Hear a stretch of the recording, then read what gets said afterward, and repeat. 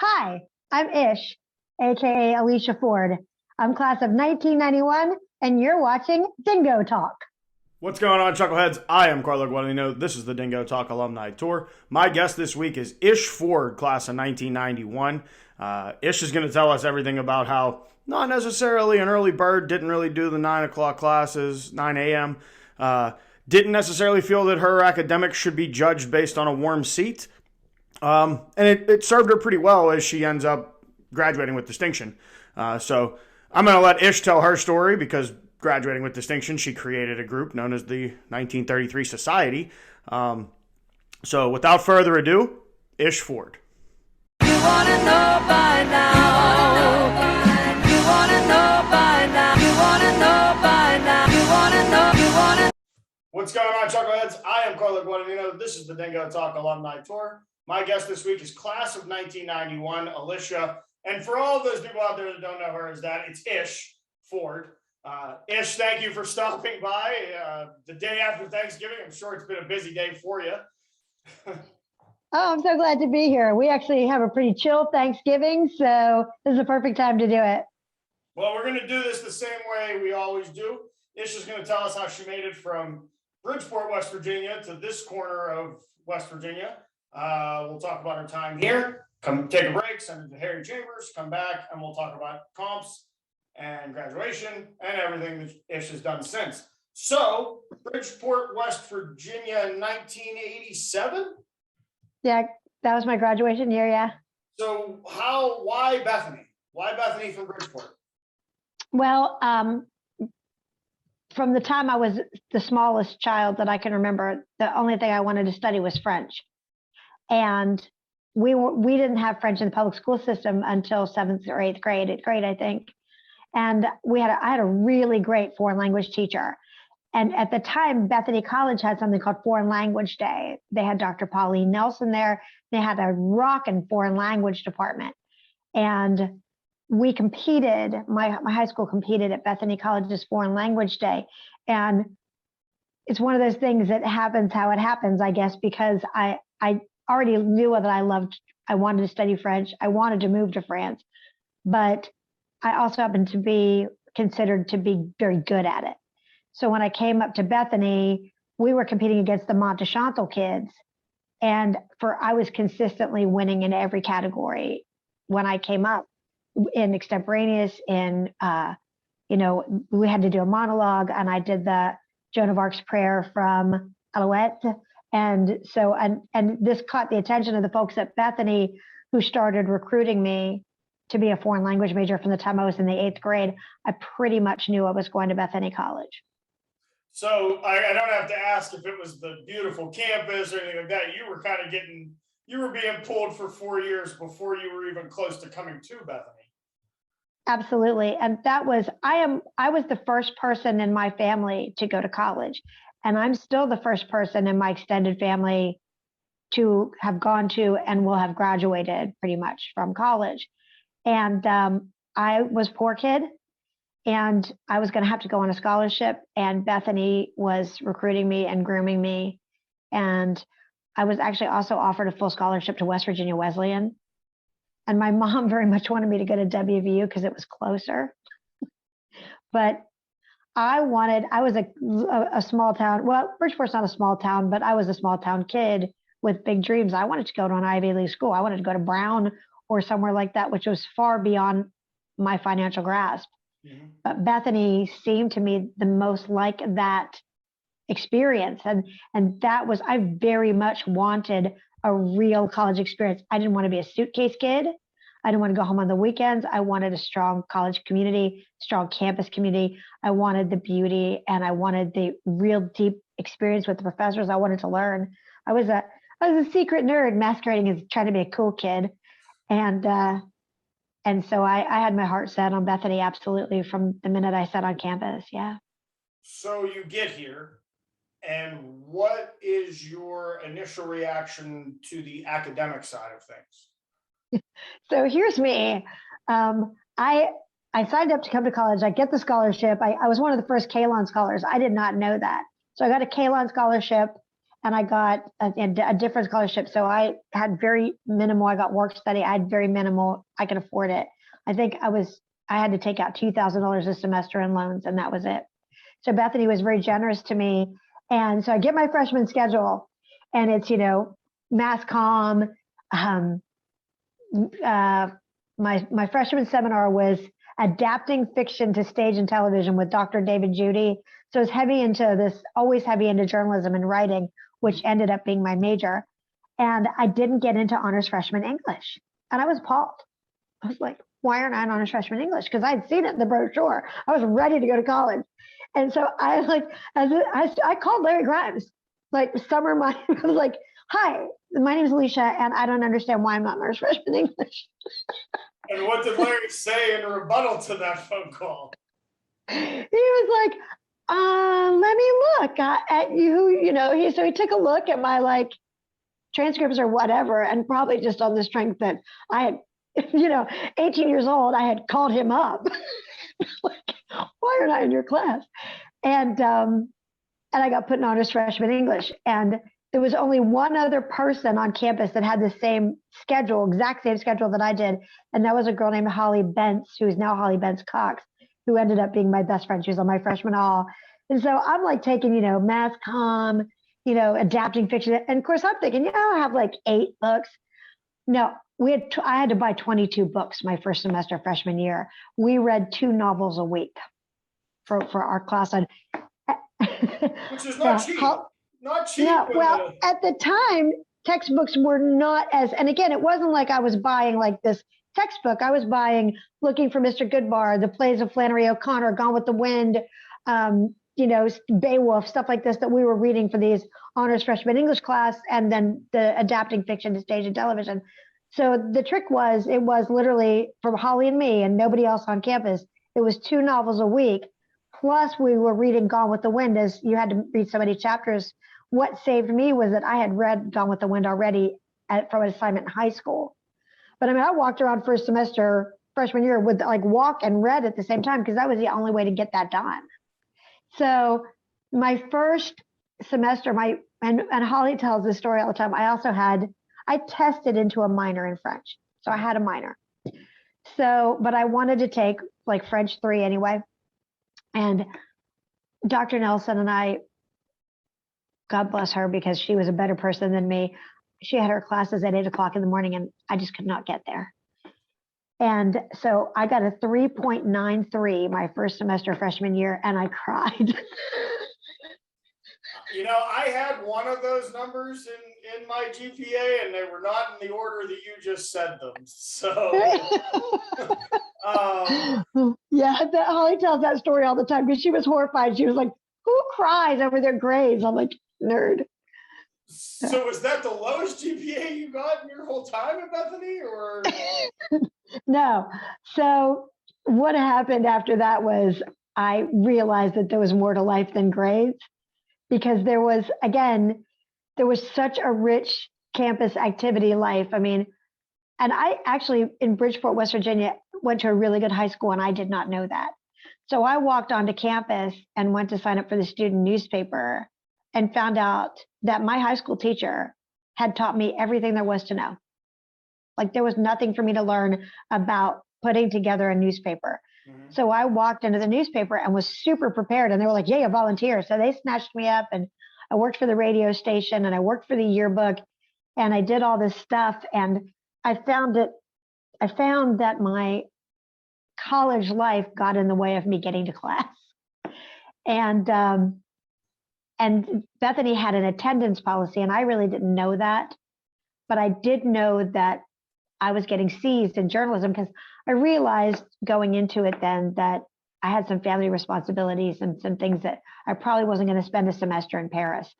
So I switched my major to communications. Mm-hmm. And having tested into the minor allowed me to take a bunch of philosophy and English classes that I otherwise would not have had room for, because, I was on scholarships. I had a set amount of hours. But I would get these grades. I would, Joe Leeson was there, this guy named Joe Leeson, and I never went to his classes. And he was like, he would give me C's consistently, but I would get A's on all my papers. And so So I it's was at the an attendance impasse. that caused the dip in the grade because the work was being. Yeah. And I was a bit of a pill in college. And I was like, well, I'm not going to be graded on whether or not my seat's warm. So I'll take the C, Yeah. you know? So this is why that when it came time for me to take my comps, the whole thing was a little fraught because I did not have a reputation as being a stellar student, but we'll get to that. Well, so let's talk about the communications field. I've had other communications majors on. I'm a communications major myself. Would you say that the biggest benefit from a school like Bethany with the comm department is the fact that as a freshman, you can walk into the door and be on the radio, be on TV, be on the news. Now it's the online tower, but still the same general concept of being writing. Is that the strongest strength of the department, or is that just one of the pieces that make that department? That was huge for me because I'm a doer. Like I'm a person that, I love the nerd side and the philosophical side of things. I love those kinds of issues. But I also, especially for science or science classes or, health classes, you're going to have labs where you're going to go in and you're going to do what you're doing.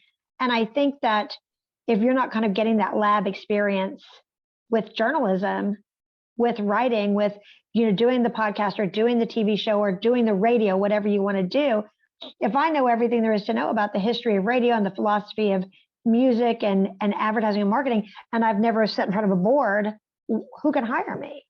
And you're not useful in that. Right. And you can't hit the ground working. And, I've had a lot of people say to me, I've from other colleges, I have a comm degree and there's nothing I can do. And I'm like, well, I have a comm degree and I've done everything there is to do. Like I've been able to parlay that degree into 2 or 3 different career tracks. Mm-hmm. So, I think I learned quite a bit. But, it's interesting because Dr. James Keegan came when I was a senior, and Dr. Keegan was British. I'm not sure if I'm saying that exactly right, but he was British, and he taught about what media was becoming. And at the time I was not able to grasp that. Like he talked about the British media being very, very vocal in its bias. There wasn't this idea of striving for objectivity, which as an old school journalist now, I came out and we had learned things like you never do a one source story. Like this is the biggest thing to me. People will be like, here's this story and here's this one person I talked to. Mm-hmm. And they, we never did a one source story. We had to ground truth everything. There was no, like we couldn't even say someone gave a withering glance because that's editorializing. Who am I to interpret that person's glance? So you had to be very specific about these ethics that you were bringing to the table. And he talked about the difference in British media and how it was, you could give a withering glance. And what he was teaching us at the time, I did not know how relevant that would become in American media as the years have gone past. And I'm very thankful. I hope they're still teaching. I hope now they're teaching what journalism used to be like versus what it is now. That's how we were taught. We were taught that this is what media was and this is where it's heading. And there was a 3-part to your classes. The beginning 3 weeks or 4 weeks were this is where media came from. The middle was here's where we are sitting today, and the post is normally what are 3 things, social media, et cetera, that are heading towards leading the communication field and the media field. Yeah, it's very interesting to me because I talk to a lot of people, young journalism majors, about what, how it was. And they're very surprised at the hoops we had to jump through to get a story out the door and the things we had to do. And it's funny because I went to work in Morgantown immediately after college.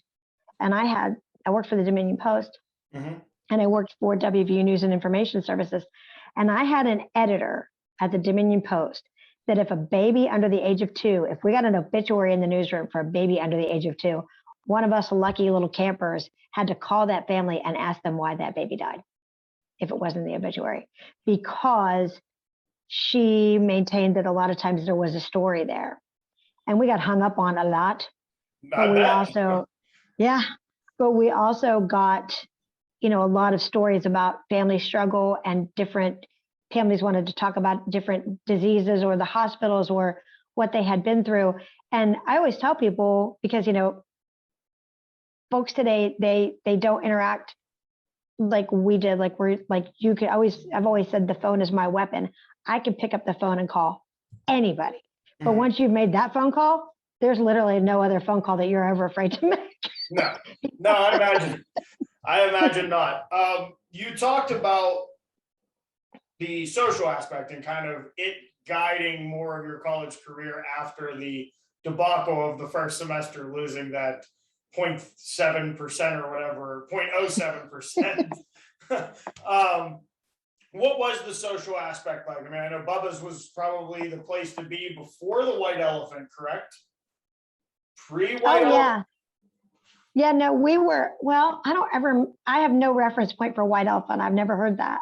That's the downstairs. Ev Del Cerro told me that's what they called it, was the White Elephant, because it looked like an elephant trunk off the back of the building. Well, I think that was there. I think they put that in my senior year. Okay. Like going into my senior year. And I remember, those folks of us to Bethany just staring at it, like just staring down at it, because, Bubba's was so quaint and so unusual and so small. And I remember, at homecoming and on bid night, that everybody would just go there and pack the place to the rafters. I mean, you couldn't move. It was so far above the fire safety code. And it was such an exciting time, because especially on bid night, where you'd fill out your bid, and then everybody would go to the bar and nobody could talk to each other, right? Because of right. So there was a lot of this crisscrossing communications, trying to interpret glances and see who's talking to who, and, are they smiling? Are they sad? And, it was a lot of energy in the air, because we were all in this one same place. But the other aspect of it was that we could have all campus parties. And I was Greek, and I think Bethany was percentage-wise about 60% Greek when I went to Bethany. And that was also something I very much wanted, was to join a sorority. And so I did. I became a Zeta. And I just thought they were the greatest things. I mean, to me, the girls of Zeta to Alpha were so unbelievable. And, the thing about Bethany, again, being a kid from West Virginia, I never knew kids who went to boarding school. I saw kids who went to boarding school on TV. I didn't know people from other countries. I saw them on TV. And then here I was, we had this girl in my sorority named Suzanne Shameen. Mm-hmm. And Suzanne Shameen was, Serena Vanderwoodson before anybody had ever conceived of Gossip Girl. And the girl, Suzanne, could cause such a stir. Every week she came back to campus, every school year she came back to campus late, like classes had started. And all about, everybody's like, is Suzanne coming back? Has anyone heard about Suzanne? I mean, it was just, she just did this thing. She was larger than life. She came from Chicago, and, her family was very well-to-do. And, she's just, and a lot of kids at Bethany were like that. They came from really professional families and lineages, and people from New York and New Jersey and, Canada and Spain. And I really felt like, I couldn't get enough of the social aspect of it. So we had every mixer would open up to an all campus party at like 10 or 11 o'clock. So no matter where you were or what you were doing, you could get back with your friends if they weren't at your mixer. And the all campus parties that, the fraternities had, and, the luau and heaven and hell and the goldfish party and, the Bowery Bra, and those things were, I understand the liability of it. And looking back now, I'm sure it's horrifying, but they were staples, because they are things that even when you talk to, like, as an Alpha Sig, I mean, I've heard stories of every party from the luau down, and why they were what they were, and why you respected the fact that, like, I believe heaven and hell was Sigma Nu and Zeta. No, Heaven and Hell was Delt. Delt and Zeta? No, Heaven and Hell was just Delt. And they might have had Luau was always Phi and Zeta, the Bowery Bra. And then Alpha Sig and Zeta used to do the wedding, the bridegroom. And I was actually the first bride. The first bride in that mixer. And I forget what it was called because I was supposed to go to White Rose with a guy named Rad Manzo at Sigma Nu. And Rad and I were very similar in personality. And White Rose was this thing. And this is, again, a different time. And I tell people all the time, White Rose was this thing where you went in and the seniors and they wrote little poems and limericks and everything. And the goal was to completely humiliate and tell all of the secrets. That would not go well today, I will say. That would. Well, it happens on Twitter, but at least you're behind a computer or a phone. You're not. Oh no, yeah, you stood right in front of people and were like spilling the tea everywhere. And every year, I mean, it resulted in fiery breakups and people crying, and I mean, and we thought that was great. Human interest. Gen X was like, woohoo! And so I was supposed to go with Rad, and we were going to demolish the entire campus. And then I got asked to be the first bride at the mixer between Zeta and Alpha Sig, because Alpha Sig was sort of my home fraternity, as it were. Those were the boys that I liked the best. And so I ended up doing that, which is probably good, all things considered, because Rad and I together probably could have really been ruthless. Been a lot of fireworks that night. It would have been good. But even when nowadays, when they do like the senior things at Zeta and they do senior wills, we used to make people cry. Like they would will terrible things and, insults and people cried. And what I tell people now is that, especially people that were, for many years, people didn't come back. And I was like, Zeta is not the Zeta you remember, but it is the Zeta you would want your daughter to be in. Because now they don't do any of that stuff. They're loving and supporting. And I'm sure there's fighting just like normal people, but we sort of fought for sport. It was more just to sharpen skills than it was because you were. Yeah, Gen X was like that. We were ruthless. So the last part of part one, I wanted to talk to you about. So I normally ask about concerts, and we talked before the show. Not as many concerts come to your mind, but the plays come to your mind. So What were some of the plays that you remember going to, and why was that the area that you sticks out to you? Well, one of the things when I went as a perspective, I went for a couple different visits, and the man you heard about was Dr. David Judy. And I'm sure doing this podcast, you've heard about Dr. David Judy. And Dr. David Judy was this legendary kind of theater guy. And, Bethany was not a suitcase college. Nobody went home. I rarely ever left campus. I didn't go to Pittsburgh, Wellsburg, Washington, nothing.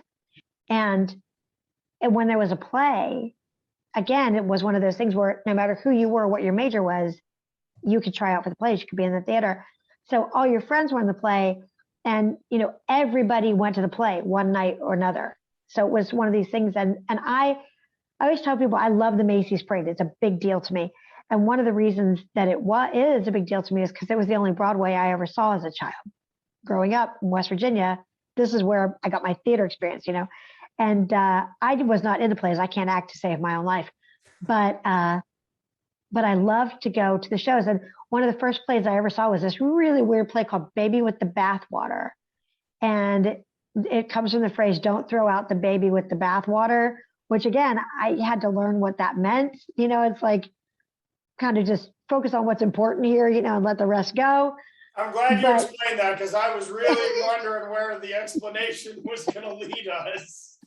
Yeah, Baby with the Bathwater. And they did like that one about the dinner, and there was just, and everybody I knew was in the place, and you went and they were quality. And so that's what I really remember was just that if there was a play, we all always went one night, and there were always plays. It just seemed like there were always, and the theater department to me, again, was one of the reasons why I wanted to go and was part of the social fabric the gentleman that was just here visiting, John Sayers, and we talked a lot this time, and we've talked about it before, about this idea of community that I believe, there's this American individualist idea, like I should get ahead and I should get what I want and I should be special. And there's a small group of us out there still that are common good people, that are community people. And that, John and I both are big believers in public education. And one of the things that public education gives us is this shared experience.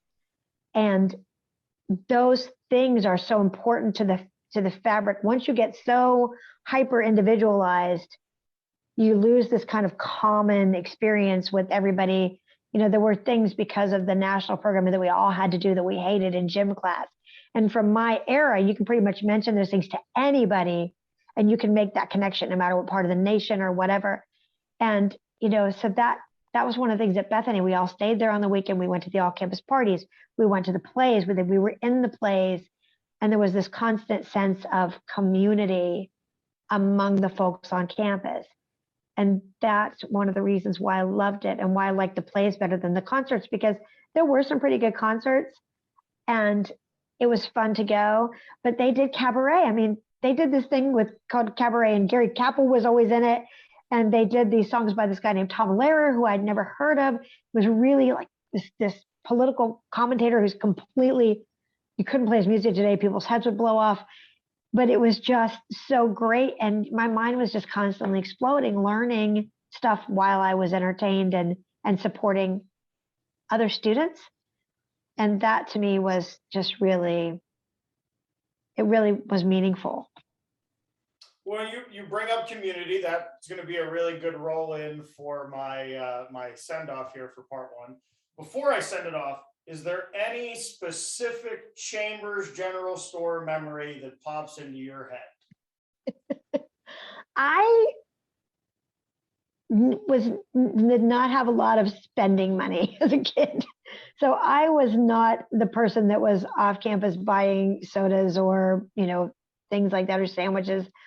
I spent a lot of time in the caf. So I don't have the great memories that other people do. Well, we've come to that point.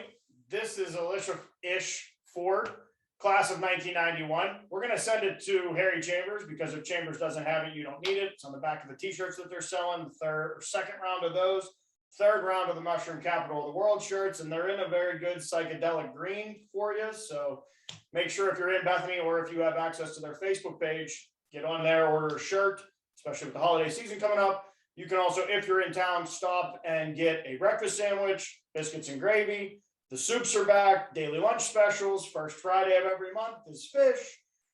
Plus, again, the shirt doesn't lie. If Chambers doesn't have it, you really don't need it, because they have everything in that store.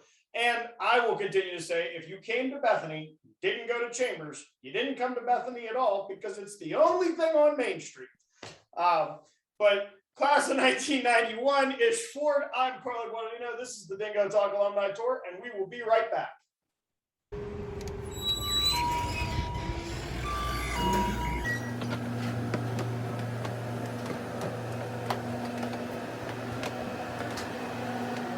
While you're in Bethany, make sure you stop in the store for a daily lunch special, breakfast sandwiches all day.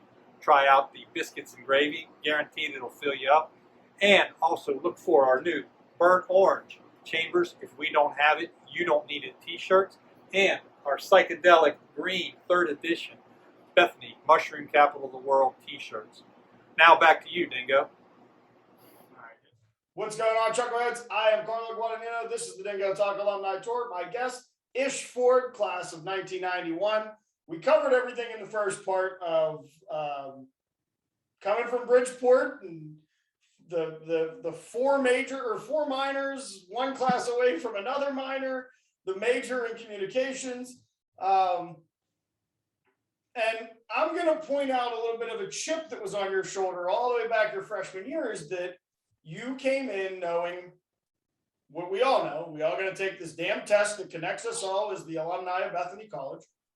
But you didn't plan to just take that test. you were planning and mapping yourself out to, not only am I going to take it, I'm going to kick the hell out of it. I'm going to get distinction on it. And on top of that, Larry Grimes is going to be on my comps. So Yeah. comps, how does comps work for you? Well, so, we did it in J terms. You'd go back a week early and you'd study, right? And we'd study in groups and we'd study individually and we'd, try to study. And I talked about this a second ago. I didn't have a study guide. Nobody handed me a book. Nobody handed me, there were probably hints at some of the things that were going to get covered, but we didn't have any of that. We were basically, everybody was sort of on their own with their own study. And I had this way of studying that I would take a piece of 8.5 by 11 notebook paper, like the ones you put in the binder clipper and not in a notebook, and I would fold it in half. So I had 4 sides, and I would write really small, and I would write all my notes. And everybody always thought I was making cheat sheets, right? Because it looked like it, but I wouldn't have cheated to save my life. Like, that's just, no. If I can't, I was that kid. It wasn't an ethical thing because I believed it. Someone said, let me copy off your test. I'm like, fine. But I had to know, like, I wouldn't have cheated. I wanted to be the master of the material, right? So it was doing my way of studying and reading and talking to people. And so Kathy Gabor, who was a couple years ahead of me, who got distinction, I think she got distinction. She was an English major, super smart. I idolized her. And she said that I had to write well on my comps. She said, go in there and do the answers, but also you need to write well. So I studied and we watched with Operation Desert Storm was happening. We were watching that on TV where, we know we're going to get asked about the coverage of this thing and blah, blah, blah, and this, that, and the other thing. And so I was always pulling all-nighters because I was always behind. I will tell you this though, I was not a morning person and everybody knew that about me.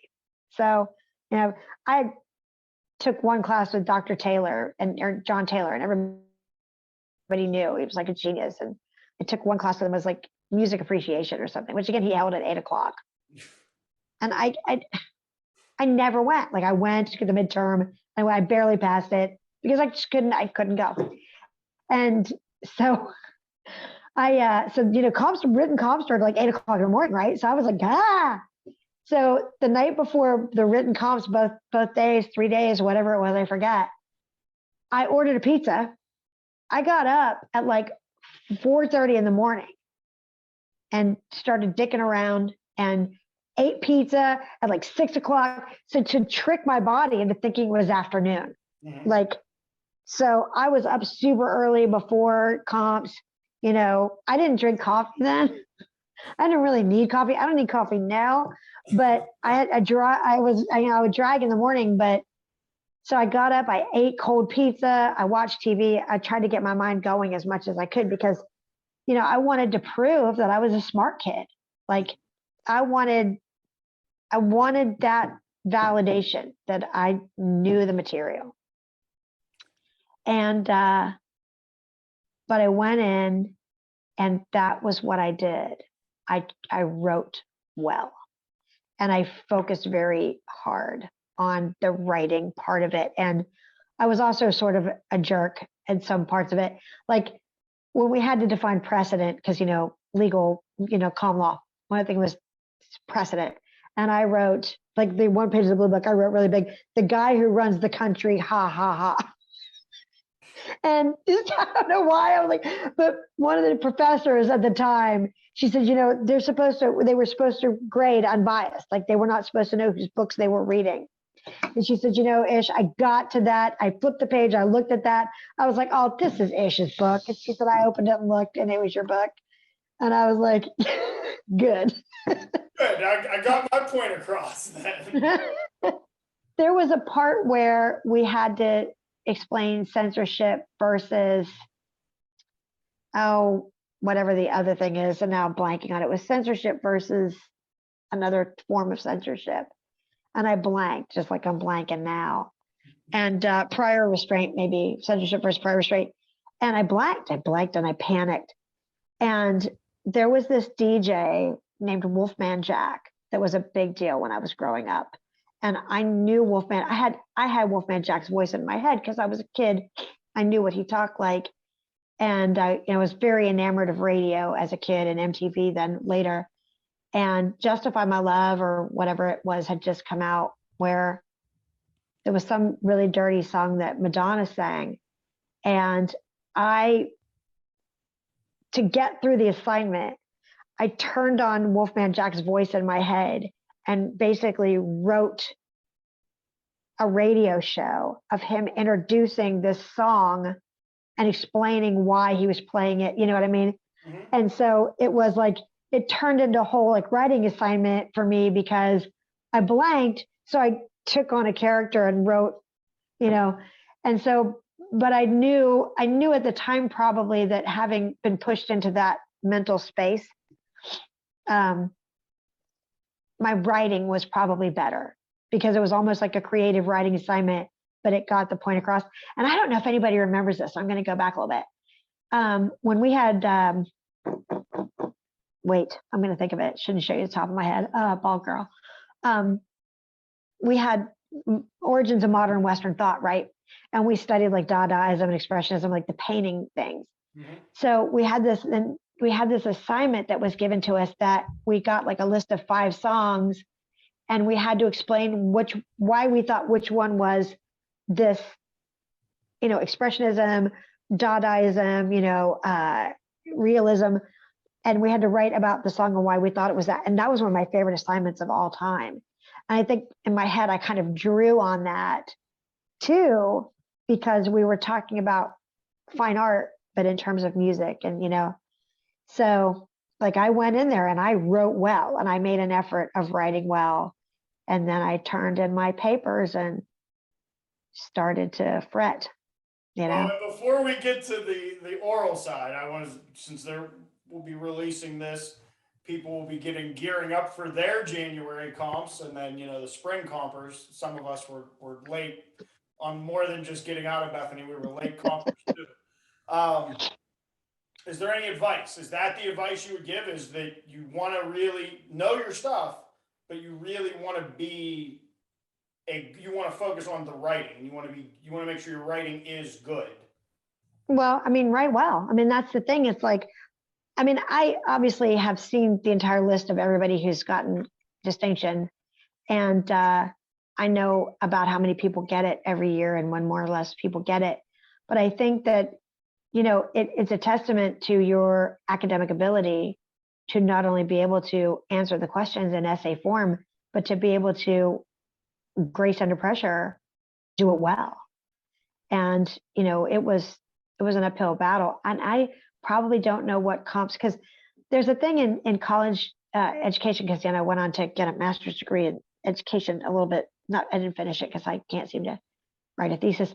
But Bethany did this thing called writing across the curriculum, and I still don't know if they still do that. But in every major, the philosophy behind writing across the curriculum is that every teacher is a writing teacher. Mm-hmm. And in every class, you are writing. You are doing essays and you are doing final papers. And Bethany used to be very big in this. And this is the thing that's gotten me over my whole life, is that I learned to write well. So, and if you can write well, you can do pretty much anything. Well, and that leads into, since you already kind of spoiled it with knowing the list of all the other people that are on it, and I'm going to do a little spoiler, the creator of the 1933 Society, which is the society that belongs to those of you that got the extra button on your chest distinction. So orals went well, I'm guessing. No. Well, let's hear about orals. How do we become distinguished? That's the... Well, so I went into my orals, and I'd actually heard rumors like on campus, because I was freaking out. Because what if I didn't get distinction? I don't know who I would have been, like if I hadn't got distinction, because in my mind, this was who I was. Like I was this academic kid who got distinction on our conference exam. So if I hadn't gotten it, I don't know who I would have been. And I had heard that a conversation between a couple of professors, somebody overheard it and told me that they were talking about how well my comps were written. Like, it's like, yes, I won that part. So, so I go into my orals, and it was Dr. Grimes and Dr. Keegan and an associate professor. And I feel like there was another professor in the room. I feel like it was a four-on-one situation, but I can't remember who the third one was, because I remember that Dr. Buchholz, or I don't know if she was a doctor, and Dr. Keegan got into sort of an argument about whether or not I was answering a question. Or Dr. Keegan and the other person got into an argument about whether I had answered this question. And somebody said, I think she's answered the question. Like, so it was like this kind of, it was about subjectivity and objectivity, and, and I was trying to work through that. And I have blocked a lot of with the exception of the fact that they kept asking this one question over and over again, and I kept answering it, and then somebody stepped in on my behalf. And there were two kids, you could go in and watch somebody else's orals. The girls that sat and watched my orals, they kind of both broke down into tears. They were like, oh my God, that was so, they were like attacking you. And I'm like, I expected no less, but so I go out and I just was, I a lot of times when I have a public speaking engagement now, I sort of do the whole thing, and it's an out of body experience. And I don't remember anything that happened. I remember being there, but I sort of just leave my body and go with it. And I remember being out in that hallway forever and ever and ever and ever and ever and ever, while they, in a sense, fought about whether I had earned distinction. And I guess in my mind, it was this foregone conclusion that I was passing, like I knew that, but I didn't know whether they were going to give me distinction on my exams. And when they told me, I dropped to the ground. Like, I literally kind of just sank down to my knees, because it was everything to me. That was my whole college journey. And if you had asked anybody while I was there, like, is this what Ish is trying to do? They would have been like, Ish? Yeah, no. Like, nobody would have thought that of me. And of course, I graduated in a time when you didn't get a button. Like, so, and I could never have come out and said, woohoo, I got distinction on my comps. You just didn't do that. It just wasn't done. Mm-hmm. So the two kids that were with me shot out and went out ahead of me and said, Ish got distinction. And that was how everybody knew when I came out the door. So ending comps wasn't what it has become, where you come out, obviously you get the 2 pins or you get a 1 pin. It was almost like a faux pas to come out and say, like, yeah, I did it. Yeah, you didn't brag about it. You didn't talk about it. Like, if you got distinction, it was sort of considered gauche for you to talk about it. Okay. And that was one of the reasons why I wanted to create the 1933 Society, because you're in front of other people who, it doesn't matter if you did or, because they did too, because people seem to take offense to it. Like, still, like a certain age of people, they're like, oh, that's elitist. I'm like, maybe, but also no, because you can't buy it. You can't old money your way into it. Like, it's out there for everybody to try to earn. And if you did, you did. And if you didn't, a couple of the smartest people in the whole world that I know didn't get distinction. Well, Gary Capel said he was. No. He didn't get distinction. He did not get distinction, but he's a part of he's the faculty advisor, or he's an honorary 33 member, because he helped me get it started, and he should have gotten distinction, and he is distinguished. And as far as I'm concerned, he's like basically the faculty advisor for the Alumni Society. But and Grimes is too by default, and Grimes got distinction, by the way. But then they got a letter after the fact. Like, they didn't even know when they graduated. They got a letter in the mail, so they weren't able to tell anybody. Yeah, it was just something that they got. And so I thought, it's just sort of this thing that you do at the end of your college campus. And by the way, there's one picture of me coming out the door of me getting distinction, and I'm like this because I'm sobbing so hard. Like, I'm like this coming out the door because I'm sobbing.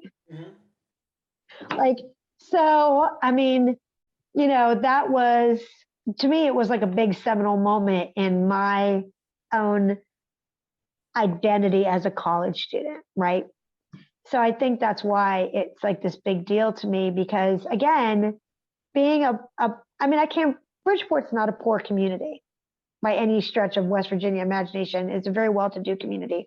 I was poor living in West Virginia or living in Bridgeport. So I wasn't a part of, the in crowd there.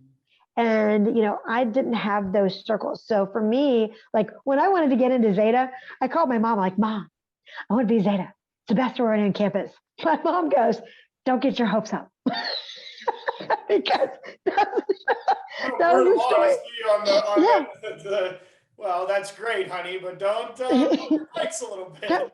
Yeah, don't get your hopes up, because that was sort of it. Like I didn't get into the things because we weren't. So to me, it's very merit-based and very much like Bethany gave me a scholarship and they gave me a chance and they brought me there and they let me take classes like Dr. Judy. My second semester freshman year, I wanted to take this class. I had a hole in my schedule. And Dr. Judy said, this might go on into my second semester freshman year. I'm like, Dr. Judy, I need 2 hours. He's like, take this class. It's aesthetics art. It was aesthetics art and philosophy. It was like a 300 level class. I'm like, Dr. Judy, I don't have any of the prerequisites. I can't take that class. It requires prerequisites. And he goes, oh, and he signed me into it. Yeah, here's the prerequisites. Yeah. And from that moment on, I never had to take any prerequisites. Like I had gotten this golden ticket. I took all these classes that were above my pay grade.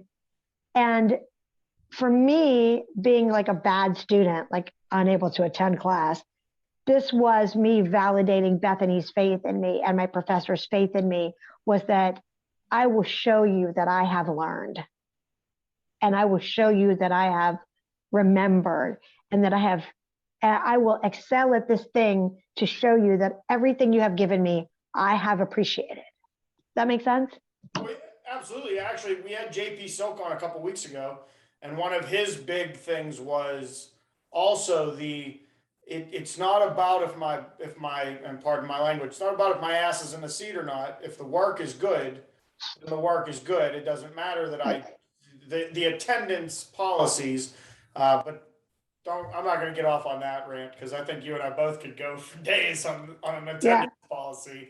Well, it's so funny because I was to tell people, like, to give this picture of how fraught that like the college was about giving somebody like me distinction. I was in the dean's office one time, getting in trouble for something, and I was walking out and somebody said something to me about, well, if you're not going to class, you're just wasting your parents' money. I turned around, I'm like, I'm here on scholarship. I'm wasting your money. I bet that went over really well. Yeah, well, I didn't even stay to find out the answer. I'm like, I'm wasting your money. And I was gone, because to me, in my mind, especially if my parents were paying, and this goes back to the argument, if I'm paying to be there, it's my money to waste. And if my scholarship says you have to maintain a 3.2 to keep your scholarship, and I'm doing that, then I'm sorry if you don't appreciate the way I'm doing it, but I'm doing it. And this is a big thing now, even like with remote work. Do we want the end product or do we want to watch the people work? Like, where is the investment? And so, it bodes well for people to talk about it because it continues throughout your career.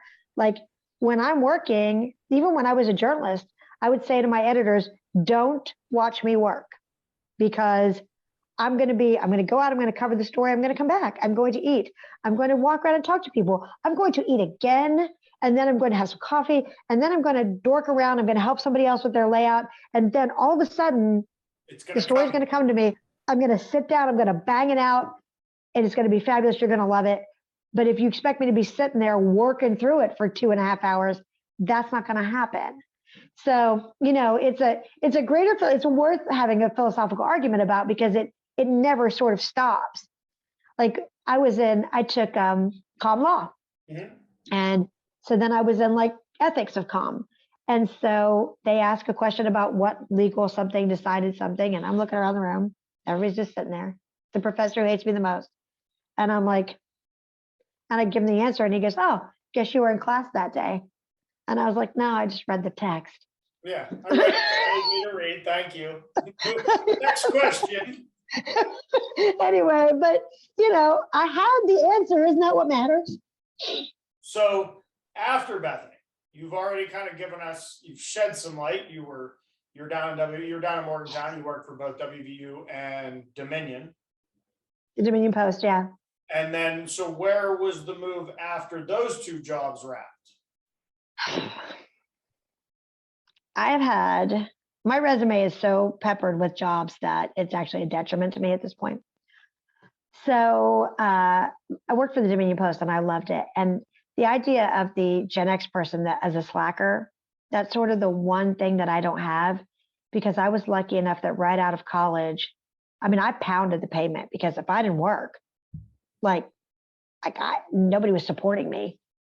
So, so I got 2 part-time jobs, which eventually ended up as a full-time job at the Dominion Post.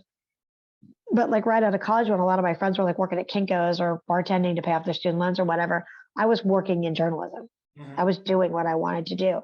And now as an adult, my claim to fame actually is that, I'm embarrassed. Look how red my cheeks are. Everybody's like, she looks like a hussy. But it's just because I'm so embarrassed talking about my life.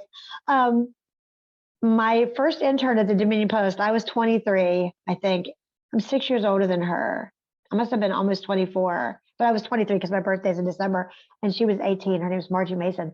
And she was an intern when I was there, and I gave her first story assignment. And she won the Pulitzer Prize in 2017, the Pulitzer Prize. Whoa, so that's a pretty big, she was here, but she was. Now she's yeah, she works for the Associated Press. She's a big deal. She's a BFD. So, but that's the best thing I ever did as a journalist, was give her her first story assignment. But I loved working in journalism at that time. I loved working for the Dominion Post. After they got used to my work style and learned to trust me as a reporter, basically every story idea I ever wanted to pursue, they let me pursue it, which was a blessing. So I worked in journalism for a long time. I worked for the Dominion Post. I worked for the Times West Virginian. I worked for the Clarksburg Exponent Telegram.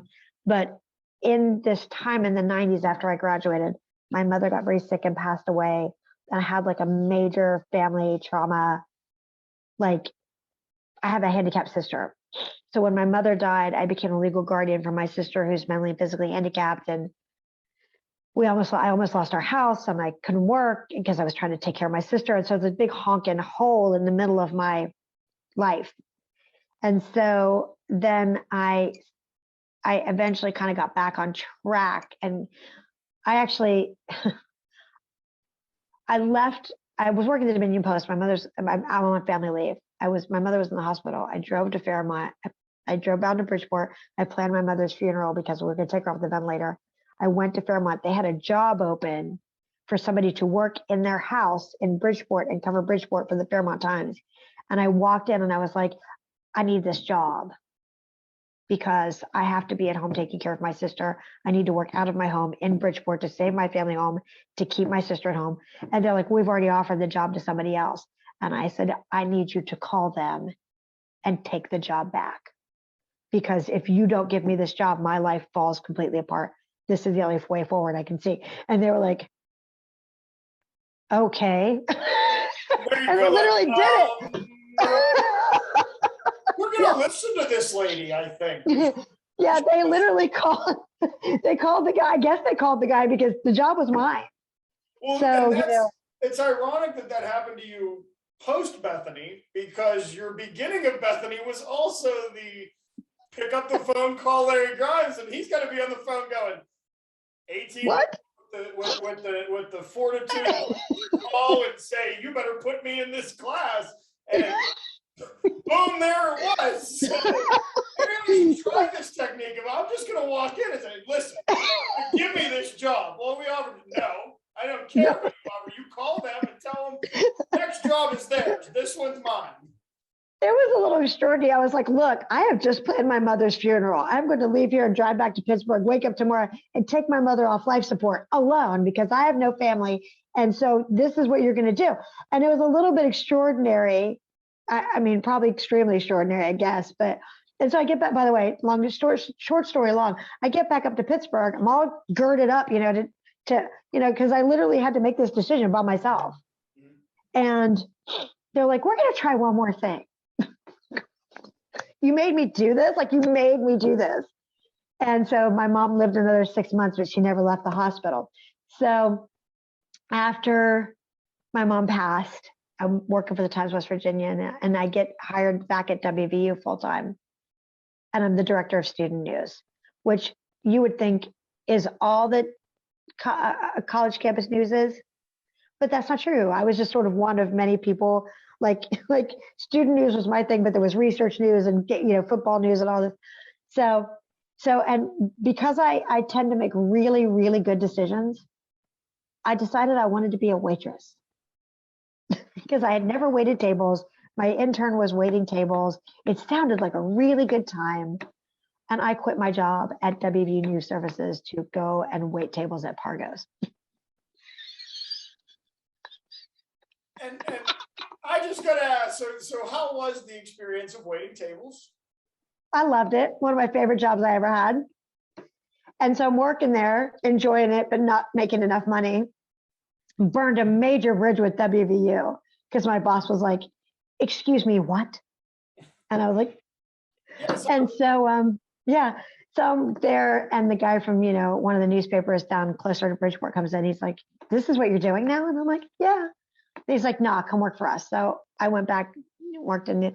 So then I met this guy named Pat Ford, who I eventually married, and he was doing comprehensive planning. Like, he was a guy who came in and wrote a comprehensive plan for a city, a county, a community, to like a master plan for the community. He was an architecture and engineering guy out of Baltimore. And we started dating. And I was fascinated. I covered him at a public meeting, and that's how we met. So I started because I'm a nerd, I started reading these plans that he was writing for West Virginia communities. And I was like, Pat, these are great if you want to put it on a shelf and have a lovely academic document. If you want the people in West Virginia to use these plans, they're crap. So I started redlining them. I got out the red pen. I'm, marking them all up. The red pen, I ruined his self-esteem. And his company hired me. They he took it back and said, this girl says these plans are never going to get used. So he would go out and do the planning and bring all the academic, all the pieces back to me, and I would write the plan. And again, so I moved into how good you are at writing. That you're able to convince. Yeah, I could write well, and I could read well, and my reading comprehension was good. And this is all Bethany stuff, and so I was writing these plans, and then I got this opportunity to go into Baltimore in the inner city and work with a community that was an empowerment zone in the late 90s, in the 2000s. And it was, I'd never been in a community like that. It was inner city Baltimore. And nobody wanted to go in. Like, there had been a problem, like a race relations problem with the old white guys in Pat's firm. Shocking news. And they weren't getting along well. And I'm down in West Virginia. I'm like, ooh, send me in, I'll go. So they sent me in, and that's how I became a city planner. So I'm working now as a project planner with no degree in planning, but this is what I'm doing. So we moved to Florida, and I took the civil service test in planning to try to get a job as a city planner in Margate, Florida. And I did well on that test too, because I apparently test well. Thank you, Bethany. And I became a city planner in Florida. And then I moved into like Main Streets community development from there. And that's sort of basically what I've done since that time. I've been like a Chamber of Commerce director. I was the director of the City of Pittsburgh Main Streets program. I've done tourism. And now that I'm old and decrepit and useless, I basically work as a consultant for nonprofits to help them put together fundraising plans, board development, leadership training, all this stuff, because it's fun for me. I like fundraising. So you gotta keep yourself busy too. Yeah. And as I've gotten older, and my sister's gotten older, one of the things that she's sort of my number one priority. So it's nicer for me to be able to be like in the gig economy and stay flexible, so that she's in Kentucky now in a skilled nursing facility because she's very intensive medical care. And but she gets really good care there. So, I drive and see her and I interact with her every day, thank God for technology. And so that, I had to start telling employers, like, I can work for you, but if I get a phone call and my sister's in the hospital, that's where I'll be. Yeah. So now the gig economy came at the right time in my life, for me to be an independent contractor. So that's what we do. So we've covered comps. We've covered what you're doing. Now we're going to come to present day of back here at Bethany. The last two questions. Yep. First question. If you were talking about the brand of the college right now, what is Bethany's brand? And the second part of the question is how or what do you say to a prospective student to get them to come to Bethany? Well, the thing that I struggle with when I watch Bethany is that, when I went to Bethany, it was only 19% West Virginia. It was not an Ohio Valley based college. It was very known up and down the East Coast. Like my dad had an easier time in Florida. And this was, before the big Florida push, like this was in the 80s. And, we met people. So like telling people, oh, my daughter goes to Bethany College, people sort of knew where that was. But West Virginians, it wasn't a West Virginia school where people thought, oh, I'll go to Bethany. Mm-hmm. So I really was down with the small college of national distinction brand. And I still am down with that because I think that I will never stop valuing my liberal arts education. And that's just not where the United States is right now. But if you do want to compete as a liberal arts school, mm-hmm. you need to be heavy hitting on your academics. And I think there was a time in Bethany's recent history, that they stepped away from that or didn't prioritize that. I know theater wasn't prioritized, Foreign Language Day is no more. And when I went to Bethany, it was a very specific kind of student. It was, probably a student to make everybody on the planet mad who could have afforded to go to the Ivy League, but either didn't want to or didn't academically chop it in. Mm-hmm. And we did this thing. I mean, Bethany, at the time I graduated, was one of only a dozen colleges in the United States that required both an undergraduate thesis and comprehensive exams. And, I think that brand of a small college of national distinction that made no apologies for how difficult and how rigorous and how academic it was and how rich in community, and that ideal of the professors and the small class size and all of those things, to me, that is still Bethany's brand. And that is what makes me proud to have attended Bethany. And I think in terms of brand, in terms of everybody's going to bring their own expertise to it, right? So to me now, I'm looking at the town and gown kind of idea. I look at where Bethany is located and what the community has in it. Chambers is this gem of a store that you have one of those in every college community where it's just this, and Bubba's was too, right? And Bubba, for all his flaws, was able to, it's the nicest word we can come up with, flaws. Nicest way to say that. Yeah. He stewarded that bar in many ways. Like when the kids started to come in, the town folk were you get out. That we're here to take care of these kids. That they're the reason we're here. If you're a town folk or an adult, you're sitting with me right here at the bar where I can keep an eye on you because I'm taking care of these kids.